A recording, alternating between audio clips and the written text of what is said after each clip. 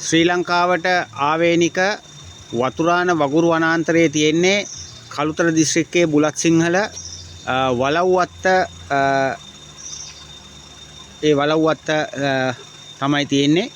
ඉතින් දැන් අපි යනවා මේ වගුරු වනාන්තරය තියෙන්නේ කොහොමද?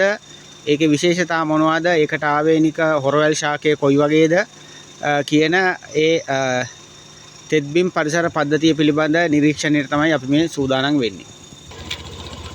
අපිට වලව්වත්ත වතුරාන තෙත්බිම් පරිසර පද්ධතිය බලන්න ආපු වෙලාවේ ශ්‍රීපාලි විද්‍යාලයේ ශිෂ්‍යාවක් වන මදුෂිකා හම්බුණා. මදුෂිකාට මොකද්ද කියන්න තියෙන්නේ වතුරාන ගැන? මේ ලෝකෙම මේ හේතරයිනේ තියෙන්නේ. එතන ඉතින් මේ බලන්න එන්න කියලා කියනවා. මේ පැත්තට වැඩි කට්ටිය එන්නේ නැහනේ. එතකොට මොකක්ද ඒකේ තියෙන විශේෂතාවය?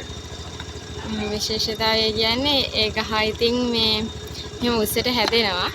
ඒක බීමට මෙහෙම පාත් වෙනවා. ඒක කෙලින්ම යන්නේ නැහැ. කොළ හිම ඉතින් දිගට තියෙනවා. ඒ ගහේ නම මොකක්ද? හොරවැල් ශාක. හොරවැල් ශාකේ ලංකාවට ආවේනිකයි, ලෝකෙ කොහෙවත් නැහැ. එතකොට මේ පරිසර පද්ධතිය කොහොමද අපිට දැක ගන්න පුළුවන් වෙන්නේ? ඉතින් තෙත්බිමක් විදියට තමයි. වතුරෙන් යට වෙලා තියෙන්නේ අවුරුද්ද වැඩි කාලයක්. හරි, එහෙනම් අපි ගිහින් එන්නම් මේ පැත්තට. හරි. අනේ පුතේ thank you.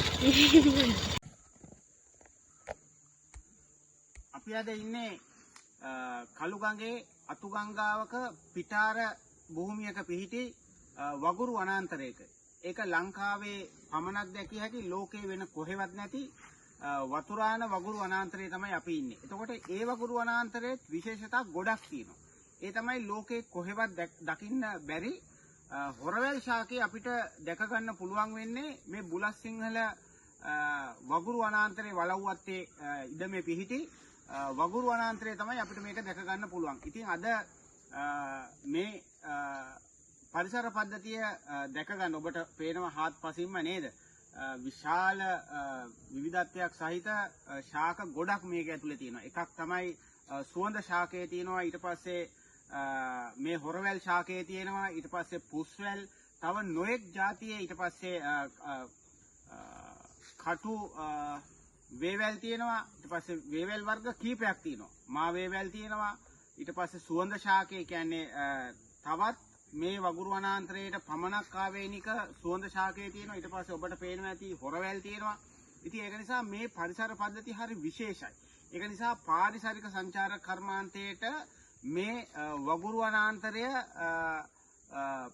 කියන්නේ ජනතාව අතරට අරන් යන්න පුළුවන්. ජනතාව දැකපු නැති දෙයක්. පරිසර ප්‍රේමීන් දැකලා නැහැ මේක. ඒක නිසා වගුරු වනාන්තරය කියන එක ලෝකේ විශේෂිතයක්.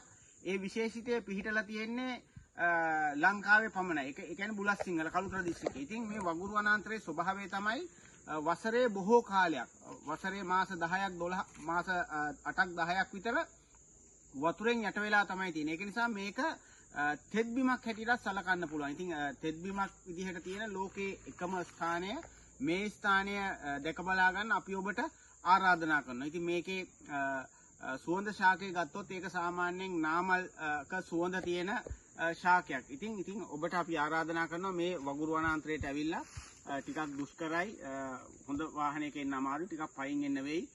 Bulathsinhala Now battery level 50%. ඇවිල්ලා හරියටම කිව්වොත් පාහියන් ලෙනට හැරෙන්න මීටර 100ක් විතර මෙහෙන් දකුණු පැත්තට හැරෙන්න තියෙනවා. බුලත්සිංහල නගරේ ඉඳලා එද්දි වලව්වත්ත කියලා බෝඩ් එකක් ගහලා තියෙනවා. නාම පුවරුවක් තියෙනවා. ඒ වලව්වත්ත ඇතුළට එන්න, ඒ ඇතුළට කිලෝමීටර් 2ක් විතර ආවට පස්සේ මේ ස්ථානයට එන්න පුළුවන්කම තියෙනවා. ටිකක් දුෂ්කර මාර්ගයක්.